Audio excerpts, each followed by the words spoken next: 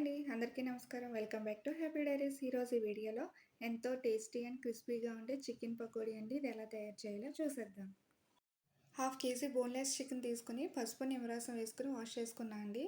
ఇందులోనే 1 tea spoon అల్లం వెల్లుల్లి పేస్ట్, రుచికి సరిపడా సాల్ట్, 2 టీ స్పూన్ల కారం కూడా వేసుకుని, హాఫ్ టీ స్పూన్ ధనియాల పొడి, half teaspoon garam masala, half teaspoon జీలకర్ర పొడి, 1 టీ స్పూన్ నిమ్మరసం కూడా వేసుకుని అంతా కలిసేలా ఒకసారి కలుపుకొని, ఇందులోనే 2 స్పూన్ల మైదా, 2 స్పూన్ల కార్న్‌ఫ్లోర్, 1 స్పూన్ బియ్యం పిండి వేసుకున్నా అండి.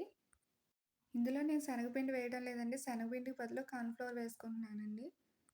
కార్న్‌ఫ్లోర్ వేయడం వల్ల చికెన్ పకోడీ క్రిస్పీగా వస్తాయండి.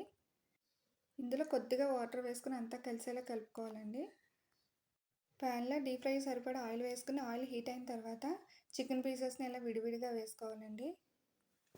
ఇలా వేసుకున్న తర్వాత వెంటనే కదపకూడదండి. కొంచెం ఫ్రై అయిన తర్వాత అప్పుడు టర్న్ చేసుకోవాలి.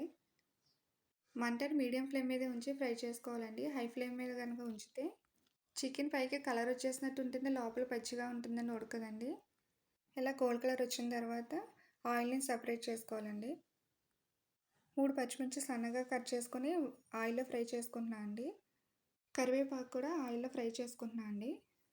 ఫ్రై చేసిన పచ్చిమిర్చి, కరివేపాకు, జీడిపప్పుతో గార్నిష్ చేసుకుంటే ఎంతో టేస్టీ అండ్ క్రిస్పీగా ఉండే చికెన్ పకోడీ రెడీ అండి. మీకు ఈ వీడియో నచ్చినట్టయితే లైక్ చేసి మీ ఫ్రెండ్స్‌కి షేర్ చేయండి.